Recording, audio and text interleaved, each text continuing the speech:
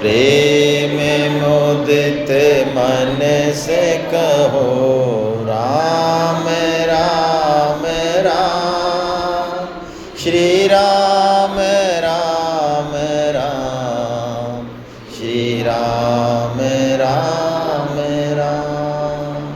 हरे कृष्णा हरे हे राम हे राम हे मेरे राम, हे मेरे राम, मैं आपकी शरण में हूँ, मैं आप कृपा करेंगे, मैं आपको भूलूंगी। नारायण। वसुदेव सुतं देवं कंस चाणूरमर्दनं, देवकी परमानंदं, कृष्णं वंदे जगद्गुरुं। आप सभी वैष्णव जनों के चरणों में प्रणाम। हरे कृष्णा। भगवान श्री कृष्ण की अद्भुत कृपा कि हम मानव जीवन का जो सर्वोच्च कर्तव्य कर्म है सत्संग,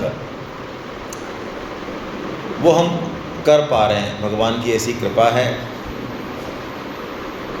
मनुष्य जीवन है बहुत विलक्षण, बहुत दुर्लभ है।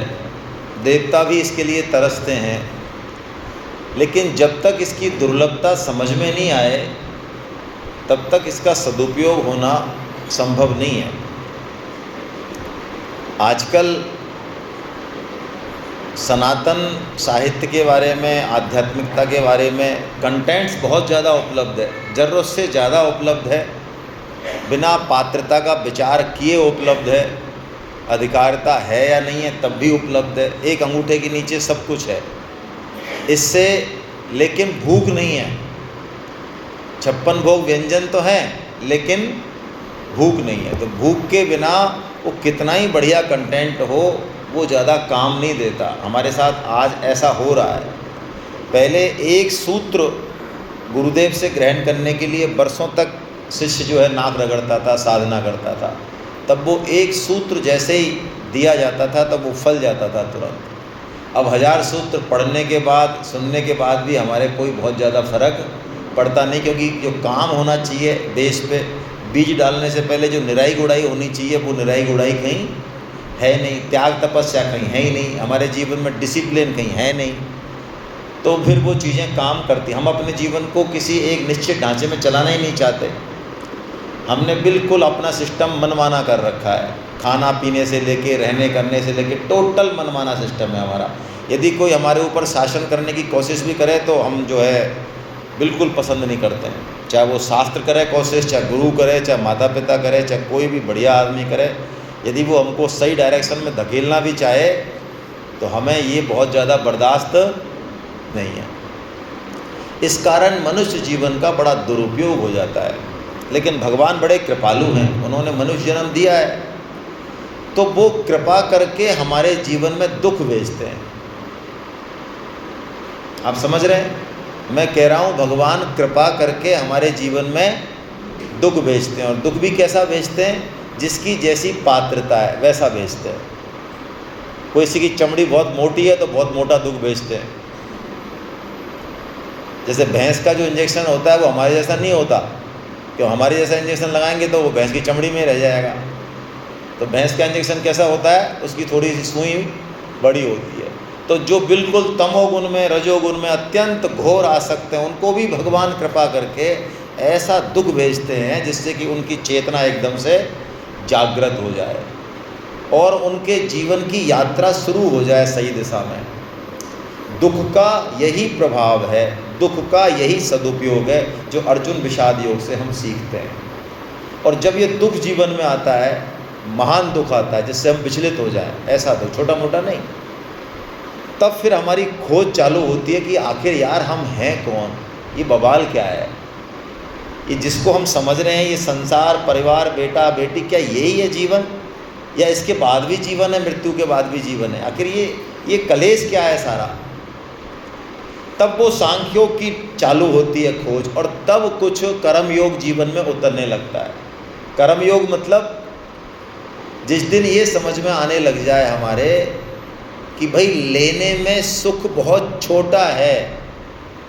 लेने का जो सुख है, अच्छा कपड़ा ले लूँ, अच्छा खाना ले लूँ, मान बढ़ाई ले लूँ, ये ले लूँ, वो ले लूँ, ये लेने का सुख बहुत क्षुद्र है। लगता तो है सुख है इसमें, इसके बजाय देने का जो सुख है, निष्काम भाव से कर्तव्य कर्म करने का जो सुख है, वो बहुत बड़ा है, जिसको भगवान ने तीसरे अध्याय में कहा, यज्ञात कर्मणो अन्यत्रम लोकोयम कर्म बंधना। अर्जुन, यज्ञ के अलावा जो तू काम करेगा वो तेरे को बांधेगा। यज्ञ के लिए तो तू रात और दिन काम कर, रात और दिन, हाँ रात और दिन, तब भी भगवत प्राप्ति होगी।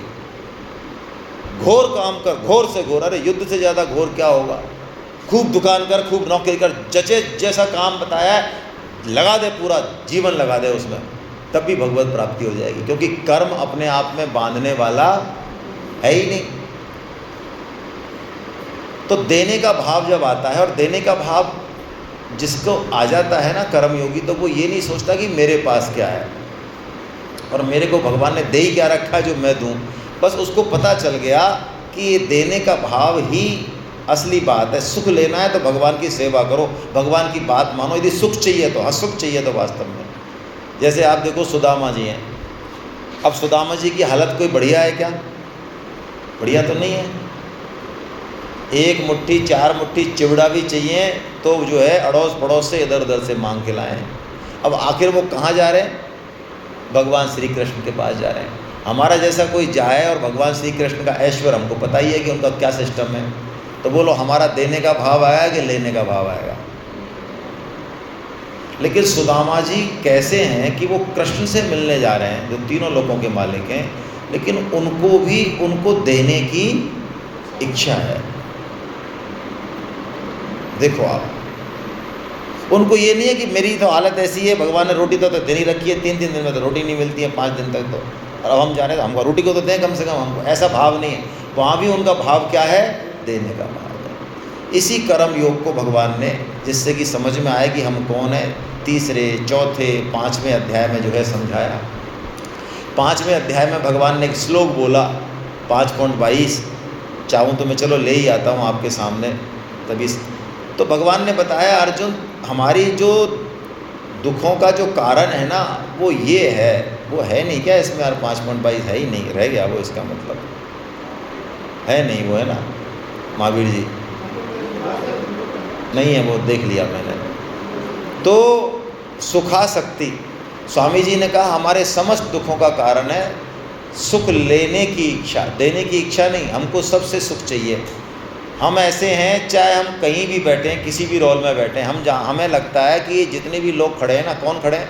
पति खड़ा है, अच्छा पत्नी खड़ी है, अच्छा ये समाज खड़ा है, ये वस्तु है, ये जितने भी लोग हैं और वस्तुएं, ये सारी चीज़ें मेरे लिए हैं और मेरे को सुख देने के लिए है। ये मेरे लिए बनी है ये सब। इनके सेंटर में कौन है? मैं हूँ। मैं, ये जगत किसके लिए? ये मेरे लिए। ये सब मेरी सेवा करें, मेरे को सुख दें। ये भाव महान दुखकारी है।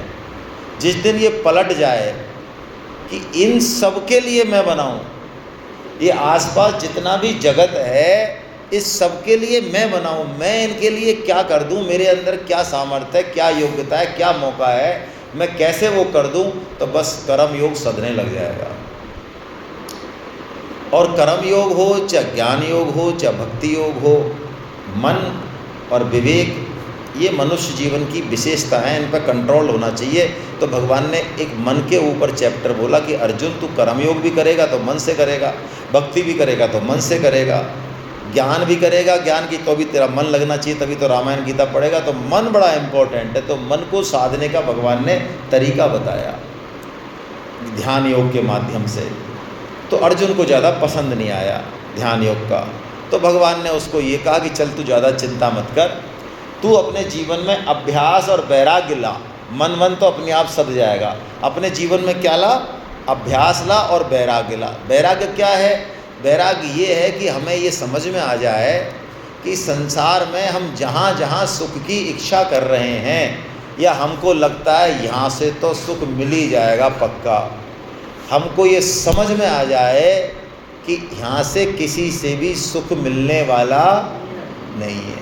यार बेटे से तो मिल जाएगा, हमारा बेटा अब नौकरी लग गया बहुत ऊंची, अब ये तो हमको सुख जरूर देगा, और बहू भी बहुत बढ़िया वाली आई है, हाँ तो ले लो ले लो। आपके ही आई है क्या पहली बार? और किसी की नहीं आई? और वो कहीं देवलोक से आई है क्या? वो भी तो संसार की, जैसे तुम्हारा मन है कुटिल है ना, कामी, धोखा देने वाला, ऐसे ही उसके पास है सामान, कहाँ से आएगा? तो जिस दिन ये समझ में आ जाए कि सुख नाम की चीज़ यहाँ है नहीं, लेने की इच्छा की, स्वामी जी कहते हैं नाव में पानी डाला तो अंततः नाव डूब जाएगी, और नाव से पानी बाहर निकाला तो नाव आराम से, यदि तैरने वाले जानते हैं तैरने के लिए उसको पानी को क्या देना पड़ता है? धक्का देना पड़ता है। और यदि वो चाहे कि मैं पानी को ले लूँ अंदर, तो जगत में रहने का स्वामी जी ने यही तरीका बताया कि जगत में रहना है तो जगत को धक्का दो, यानी सेवा कर दो, लेकिन इससे हाँ सुख लेने की चेष्टा मत करना, वरना डुबो देगा ये कतई। तो भगवान ने कहा तू ये वैराग्य कर और अभ्यास कर, तेरा मन सद जाएगा। और मन से ही फिर भगवान ने भक्ति बताई कि अर्जुन तेरा मन मुझ में आसक्त हो जाए, ऐसा सुख मिलने लग जाए तेरे को, जो भी तेरा भक्ति का साधन है, कोई भी साधन हो सकता है, गीता प्रचार हो सकता है, गीता पढ़ना हो सकता है, रामायण पढ़ना हो सकता है ना, अपना कर्तव्य पालन हो सकता है। भक्ति के बहुत रूप है, एक ही रूप नहीं है। तो जो भी तू साधन चुन रहा है अपने लिए, माला हो सकती है, उस साधन में तेरी ऐसी आसक्ति हो जाए कि वो छूटे ना है। अब ना ही छूटे राम रट लागी, कमरे पे जाके याद आया या नहीं आया? अब ना ही छूटे नाम रट लागी। रैदास जी तो कह रहे हैं हम तो परेशान है कि हमारे नाम नहीं आ रहा है। रैदास जी कह रहे हैं हम परेशान हो गए भाई साहब, हम जूता काट रहे हैं तो पीछे पड़ रहा है, हम फ्रेश होने जा रहे हैं तो पीछे पड़ रहे हैं, हर जगह 24 घंटे पीछे हो गए। तो ऐसा जब मन हो जाए, ऐसी आसक्ति हो जाए, तो फिर भक्ति हो जाती है। और ऐसे व्यक्ति को अंत समय में भी भगवान का स्मरण ही रहता है। और यदि नहीं रहे तो हमको ऐसा अभ्यास करना चाहिए। हमने जीवन कैसा जिया, पूरा जीवन हमने सेमिनार अटेंड करी, हमने गीता पढ़ ली, हमको 700 श्लोक याद हैं, अच्छी बात है, बुरी बात तो नहीं है, लेकिन इसकी कसौटी पता चलेगी जब हमारे प्राण निकलेंगे भाई। यदि प्राण निकलते समय गीता का साधक अपनी पत्नी की चिंता कर रहा है, अपने बच्चों की चिंता कर रहा है, 1000 गज का मकान का क्या होगा इसकी चिंता कर रहा है, प्लॉट के कागज़ कहाँ दबा रखे हैं उनको बताने में लग रहा है, तो इसका मतलब फिर कुछ नहीं किया उसने, टोटल फर्जीवाड़ा है, टोटल। जो प्रभु हमारा जीवन चला रहे हैं, एक एक कोष का चला रहे हैं, और जो प्रभु हमारे पत्नी पुत्र पूरे संसार की रक्षा कर रहे हैं, जो अब तक करते आ रहे थे, वास्तव में वही कर रहे हैं और वही करेंगे। हम बिल्कुल निष्फिक्र होकर, और भगवान के उसमें चाहे शरीर में पीड़ा हो रही हो कितनी भी, तब भी भगवान के स्मरण में चले जाए, और अंत समय में भगवान का स्मरण हमें हो जाए, तो माना जाएगा कि हाँ तुमने पूरा जीवन ठीक से जिया। ये कसौटी है जीवन जीने की। हमने पूरा जीवन कैसे जिया, ये कसौटी है कि अंत समय में हमारी मनोदशा, ये मत समझना कि कोई भक्त है तो उसका एक्सीडेंट नहीं हो सकता, उसको कैंसर नहीं हो सकता, ऐसा मत समझ लेना। यहाँ कई लोग कसौटी लगाते, भाई साहब आप तो गीता पढ़ते थे, आपका एक्सीडेंट कैसे हो गया? अच्छा, तो ऐसा कहाँ लिख रहा है गीता में कि गीता पढ़ने वाले का एक्सीडेंट नहीं होगा? आपने पढ़ी है गीता? नहीं, हमने पढ़ी नहीं, हम तो ऐसे पूछ रहे हैं। कुछ भी हो सकता है, और बल्कि भक्तों के तो ज़्यादा विपरीत परिस्थिति आती है। सेठ जी को सिफिलिस की बीमारी थी, सिफिलिस की, यौन रोग होता है जो गलत काम करने वालों के प्राय हो जाता है, जिनके बहुत सारे संबंध होते हैं। सेठ जी को सिफिलिस की बीमारी थी। अब आप सोचो, जिन्होंने सपने में भी उन्होंने भगवान सूर्यदेव की त्रिकाल संध्या करते थे, वो त्रिकाल संध्या सेठ जी महाराज अंत समय तक, और भगवान सूर्य से एक बार प्रसन्न हो गए सूर्य भगवान, तो उन्होंने कहा कि वर मांग भाई। तो उन्होंने कहा महाराज यदि मेरा मन सपने में भी किसी स्त्री की तरफ चला जाए तो आप भस्म कर देना इस शरीर को। ऐसे सेठ जी महाराज, ऐसे सेठ जी महाराज, आप सोचो उनको सिफिलिस की बीमारी हो सकती है। उनके दोस्त थे हनुमान प्रसाद लंगोटिया यार, उनको सिफिलिस की बीमारी थी, चिल्लाते थे बुरी तरह से, इतनी पेन होता था उनके। तो सेठ जी ने कहा हनुमान मुझे दे दे बीमारी को, मुझे दे, चल क्या एक बार मन से कि दे दी, कि नहीं नहीं तेरे को कैसे दे दूंगा यार, तेरे को तो नहीं माने वो। तो ऐसा कर, तेरे को जब बहुत ज़्यादा दर्द हो तो मुझे याद करना, तो मैं आऊँगा। और ऐसा ही हुआ, सेठ जी कलकत्ता थे, ये चूरू में पड़े पड़े रात को परेशान हो गए, बिल्कुल मरने की आ गई, अरे ज़्यादा कहाँ है तू, मैं मरा। तो सेठ जी प्रकट हो गए कि चल मेरे कहने से छोड़ दे, कि नहीं छोड़ूंगा तो नहीं, चल आधी छोड़ दे आधी। तो उसने कहा चल आधी छोड़ी। तो सेठ जी को आधी बीमारी लग गई। उसके बाद पूरे जीवन वो बड़े आराम से रहे हनुमान प्रसाद जी। तो सेठ जी ने भोगी वो बीमारी। तो ऐसा कसौटी नहीं लगाएं, भक्तों के जीवन में खूब सारी विपरीत परिस्थितियाँ आती हैं, लेकिन उनके बावजूद भी बात ये है कि वो अंत समय में भगवत आश्रय में रहते हैं, भगवत स्मरण में रहते हैं, वो संसार की चिंता में नहीं मरते। ये कसौटी है उनके जीवन की कि उन्होंने जीवन भर जो किया वो कैसे किया, जो गीता पढ़ी, जो माला जपी, जो परोपकार किया वो कैसे किया, वो अंत समय की कसौटी है। फिर भगवान ने भक्ति योग को आगे बढ़ाया और बताया अर्जुन मेरी भक्ति बहुत सरल है, बहुत सरल, कोई भेद नहीं है इसमें। कोई कहे हाँ साहब मैं तो पापी हूँ महाराज, मैं आपको कैसे मिलूँगा, नहीं नहीं भाई आराम से मिलोगे, आप तो जल्दी मिलोगे। हाँ, पापी को, स्त्री को, शूद्र को और कोई नीचे का है उसको भगवान उल्टा ज़्यादा जल्दी और आसानी से मिलते हैं, ये भगवान का नियम है। उल्टा नियम है, करें क्या, उल्टा तो उल्टा ही है, भगवान तो जो कर दे जो कर दे। भगवान कहते हैं मैं ज्ञानियों से इनसे थोड़ा दूर रहता हूँ, इनके पास जल्दी जाता हूँ, ऐसे हैं भगवान। और भगवान ने सूत्र दिया भक्ति का, जो महावीर जी ने बताया, मन मना भव मद भक्तो मद्याजी माम नमस्कुरु। इससे पूर्ण भक्ति, पूर्ण शरणागति हो जाती है। मुझ में मन वाला हो जा, मेरा भक्त हो जा, मेरा पूजन कर और मुझे नमस्कार कर, इन चार चीज़ों से ये शरणागति पूरी। यदि ये कोई चार चीज़ जीवन में आ गई, अब कुछ नहीं बचा। फिर भगवान ने विभूति योग बताया, अर्जुन सब जगह मैं ही हूँ, जिसको भी देखे तू संसार में, तू किसी से प्रभावित भी हो ना, किसी व्यक्ति से प्रभावित हो, किसी कोई टूरिस्ट प्लेस में जाए, किसी मंदिर कहीं भी जाए, किसी पेड़ पक्षी कोई सुंदर, जहाँ तुझे लगे यार वाह वाह वाह क्या बात है, तो वहाँ तू मुझे देखना यार, वो जो सौंदर्य है, वो जो विशेषता, वो मेरे से आई है भाई, वो मेरी ही है। इसमें तो थोड़ी देर के लिए आई है, इस पक्षी में, इस व्यक्ति में, इस आदमी में, इस स्थान में तो थोड़ी देर के लिए है, वो मेरे से है। तो तेरी दृष्टि मेरे पे जानी चाहिए, मेरे से ये सारी विभूतियाँ प्रकट हैं। तो तू ऐसा यदि देख लेगा तो तू हर समय संसार में रहते हुए मेरा ही चिंतन कर सकता है। फिर अर्जुन के पूछने पर भगवान ने विश्व रूप दिखाया। अर्जुन घबरा गए, क्योंकि भगवान का विश्व रूप समग्र है। समग्र का मतलब ऐसा नहीं है कि अच्छा ही अच्छा है, भगवान में सब कुछ है, सब कुछ है, जो भी हम सोच सकते हैं सब कुछ है भगवान के विश्व रूप में, है ना। क्रूर से क्रूर परिस्थितियां हैं, सुंदर से सुंदर परिस्थितियां हैं। फिर भगवान ने कहा अर्जुन तू तो मेरे समग्र की पूजा कर, घबरा मत, ऐसे समग्रता की पूजा कर। और उसका सूत्र दिया 11.55 में भगवान ने 5 फार्मूले दिए, इन 5 फार्मूलों से तू मेरे समग्र की पूजा कर सकता है। फिर अर्जुन ने प्रश्न कर दिया कि भगवान आपके जो पूजा करते हैं समग्र रूप की, वो एक तो निर्गुण निराकार से करते हैं, एक सगुण साकार से करते हैं, कौन से भक्त श्रेष्ठ हैं? भगवान ने बता दिया कि मेरे सगुण साकार भक्त श्रेष्ठ हैं। क्यों श्रेष्ठ हैं? वो कारण बता दिया भगवान ने कि सगुण साकार में आधार, आश्रय और आलंबन मेरा रहता है।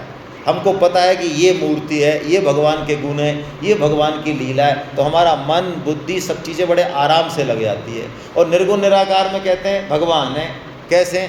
सब जगह है। करुणावान, नहीं करुणावान ना कुछ नहीं है। सच्चिदानंद, अच्छा तो पता ही नहीं चलता है, बुद्धि, मन, ये सब एक चक्कर गिरनी सा रहता है, कहाँ लगाएं इस मन को, हैं? जैसे सूरदास जी ने कहा ना, रूप रेख गुण जाति जुगत निरालंब मन चक्रत धाव है।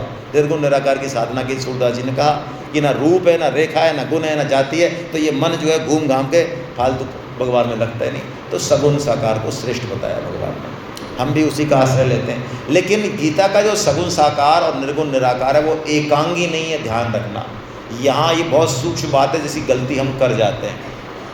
हमारा जो सगुण साकार भगवान है वो एक देशीय नहीं है, ये मूर्ति यही नहीं है, ये सब जगह है। हमारे यहाँ जो गीता में जो फंडा है, जो पैथी है, वो ये है, निर्गुण निराकार और सगुण साकार दोनों एक दूसरे को पुष्ट करने वाले हैं। यदि कोई एकांगी रहेगा तो वो ठीक से पकड़ नहीं पाएगा चीज़ों को।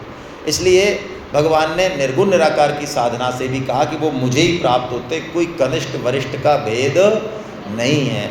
कठिन क्यों बताई? तो भगवान ने कहा चूँकि हम देहाभिमानी हैं, हमारी शरीर से आसक्ति बहुत ज़्यादा है, इसलिए ये साधना हमको कठिन पड़ती है। तो भगवान ने उस देहाभिमान को तोड़ने के लिए क्षेत्र क्षेत्रज्ञ विभाग योग बताया कि हम शरीर नहीं है, हम शरीर ही हैं, शरीर को जानने वाले हैं।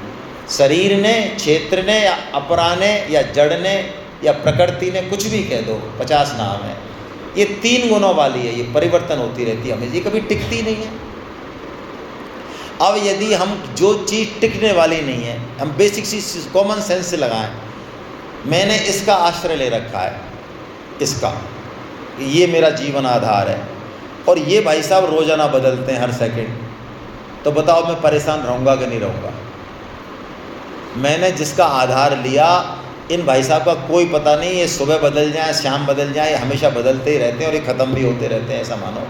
अब मैंने यदि इसका आश्रय ले लिया तो बताओ मैं शांतिपूर्वक रहूँगा, सुखपूर्वक, या नहीं रहूँगा? मैं नहीं रहूँगा। तो बस इतनी सी बात है, यदि मैंने शरीर का और संसार का, जो कि लगातार बदल रहे हैं, इनका आश्रय ले लिया, तो मैं फिर कभी भी चैन से, मुझे किसका आश्रय लेना चाहिए? जो बदलने वाला नहीं है। तो भगवान ने 3 गुण बताए कि 3 गुण अर्जुन बांधते हैं, 3 गुणों से हमारा स्वभाव बनता है। हमारा ज्ञान भी हम चेक करें कौन सा ज्ञान है, सात्विक है, राजसिक की तामस है। हम बुद्धिवान है तो चेक करें हमारी बुद्धि कैसी है, सात्विक है, राजसिक की तामस है। हम कर्म करते हैं तो चेक करें कौन से कर्म कर रहे हैं, हम मान तो रहे हैं हम परोपकार कर रहे हैं, चेक करो सात्विक कर रहे हो, राजस कर रहे हो कि तामस कर रहे हो। हर चीज़ को भगवान ने 3-3 चीज़ों में बांट दिया। फिर अर्जुन ने पूछा भगवान से कि मेरे को आपका एक गुण वाला चक्कर, हाँ, चाबी दी है, वो नोटिस दी है, उसमें डाल दिया ग्रुप में, तुरंत जमा कराएं 10 बजे बाद। भाई चाबी जिनकी नहीं आई है वो चाबी के साथ है ना 1600 रुपये जमा कर दें, ज़्यादा बढ़िया है ना। 1600 रुपये दे दें, वो फटाफट आराम से कल तक रहें, कोई दिक्कत नहीं है ना। कौन सी बड़ी बात है? नहीं है तो उनसे पैसे ले लो भाई, अभी कैश ले लो।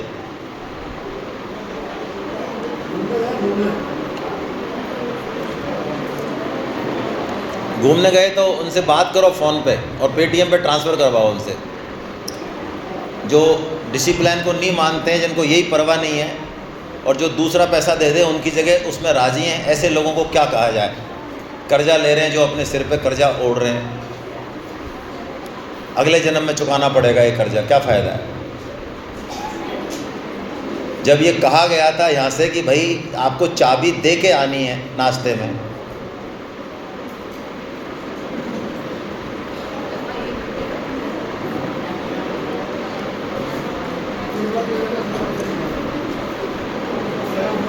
अब पूरी तो क्लास डिस्टर्ब कर दी, पूरा भाव ख़त्म कर दिया।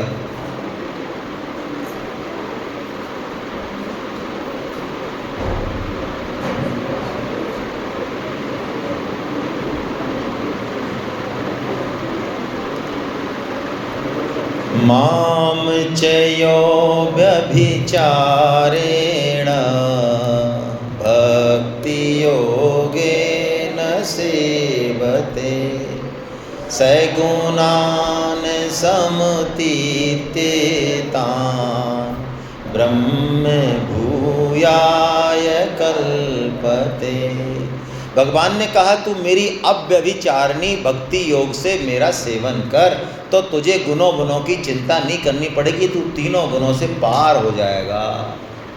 अव्यभिचारिणी भक्ति का मतलब है केवल और केवल भगवान से संबंध, किसी दूसरे से संबंध ना हो। तो जब हम जगत में रह रहे हैं, एक पैर हमारा जगत में, एक पैर भगवान की तरफ, जगत में रह रहे हैं, जगत में तीनों गुण वाले हमें लोग मिल रहे हैं। परिवार में अलग अलग तरह के लोग हैं, कोई सात्विक, कोई राजस, कोई तामस। परिवार में, ऑफिस में, दुकान पे, ट्रेन में, बस में, सब जगह तीनों ही गुणों का खेल चल रहा है। और रहना हमको इनके बीच में, कहीं भाग के तो जा नहीं सकते इनसे। किससे भाग के जाएंगे? कहीं नहीं जा सकते। जंगल चले जाओ, जंगल में जाके भी कुछ नहीं होगा। जंगल में जाने पर स्वामी जी कहते हैं पूरा संसार हमारी खोपड़ी में आ जाता है। हम परिवार को परिवार के साथ रह के ज़्यादा याद करते हैं या 500 किलोमीटर दूर चले जाते हैं जब याद करते हैं? तो जंगल जाने वालों की बहुत बुरी हालत होती है, ध्यान रखना कले हुए। हाँ, जो बैरागी बाबा है ना, वो यूँ ही है अर्जी जैसे, वो जन्मजात बैराग होता है, वो अलग होता है। तो इस संसार में रहते हुए अव्यभिचारिणी भक्ति कैसे हो, ये एक यक्ष प्रश्न खड़ा हो गया। तो भगवान ने कृपा करके अपने आप 15वां अध्याय कहा, जिसमें वो इस संसार का स्वरूप बताएंगे हमको कि अर्जुन तू इस संसार का स्वरूप समझ। यदि तू इस संसार का स्वरूप समझ लेगा और ये संसार और मेरा संबंध समझ लेगा और तेरा और मेरा क्या संबंध है उसको समझ लेगा, तो फिर तेरी अव्यभिचारिणी भक्ति चालू हो जाएगी। चाहे तू कहीं रह, भले ही संसार में रह, कितने ही कर्म कर, कोई दिक्कत नहीं है। तो भगवान ने बहुत कृपा पूर्वक ये संसार रूपी संसार का वर्णन किया एक पीपल के वृक्ष से। किससे किया? पीपल के वृक्ष से किया। तो आइए हम चलते